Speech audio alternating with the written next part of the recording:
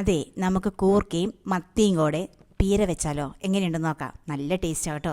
അപ്പോൾ നമുക്ക് ആദ്യമേ മത്തി നമുക്ക് രണ്ടായിട്ട് മുറിക്കണം, കൂർക്ക ചെറുതായിട്ട് കഷ്ണിച്ചും വെക്കണം.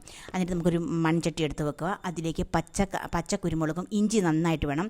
ഇഞ്ചിയും വെളുത്തുള്ളിയും കാന്താരി മുളകും അതൊന്നും നന്നായിട്ട് അരച്ചെടുത്തുകൊണ്ട് വരണം. ആ സമയം നമുക്ക് കൂർക്ക വേവാനായിട്ട് വെക്കണം. കറിവേപ്പില ഇട്ട് കൂർക്ക അരിഞ്ഞ് വെച്ചിരിക്കുന്ന കൂർക്കയും ഈ ചതച്ച് വെച്ചിരിക്കുന്ന പച്ചമുളക് എല്ലാം ഇല്ലേ, മുളകും കാര്യങ്ങളും അത് ഇട്ട് പിന്നീട് നമുക്ക് രണ്ട് സവോള, 1.5 സവോള കേട്ടോ, ചെറുതായിട്ട് അരിഞ്ഞതും ആവശ്യത്തിനുള്ള ഉപ്പും മഞ്ഞൾപ്പൊടിയും കൂടി ഇട്ട് നമുക്ക് അടച്ചു വെച്ചൊന്ന് വേവിക്കണം. ആ വേവിക്കുന്ന സമയത്ത് നമുക്ക് തേങ്ങ ഒരു മുറി തേങ്ങ മതി കേട്ടോ. തേങ്ങ ഒന്ന് ചതച്ചെടുക്കാവുള്ളൂ, അരയ്ക്കരുത്, ചതച്ചെടുത്ത് മാറ്റി വെക്കണം.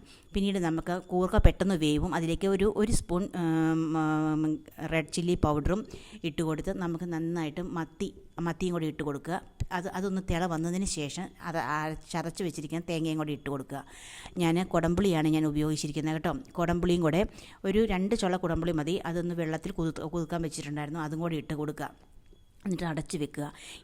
ഈ വെള്ളം ഒന്ന് പതുക്കെ ഇതിൽ വറ്റി കഴിയുമ്പോഴത്തേനും നമുക്ക് പച്ച വെളിച്ചെണ്ണ ഒന്ന് തൂവി കൊടുക്കുക. കറിവേപ്പിലയും കൂടി ഇട്ട് അടച്ച് വെക്കുക കേട്ടോ. ഞങ്ങളുടെ വീഡിയോ കാണുന്നവർ ഞങ്ങളെ സബ്സ്ക്രൈബ് ചെയ്യണം, ലൈക്ക് ചെയ്യണം, ഷെയർ ചെയ്യണം. എന്താ ടേസ്റ്റ് എന്നറിയാമോ? ആ കൂർക്കയിലേക്ക് മത്തിയുടെ നെയ്യും രുചിയും ഒക്കെ പിടിച്ച് കഴിയുമ്പോൾ. അപ്പോൾ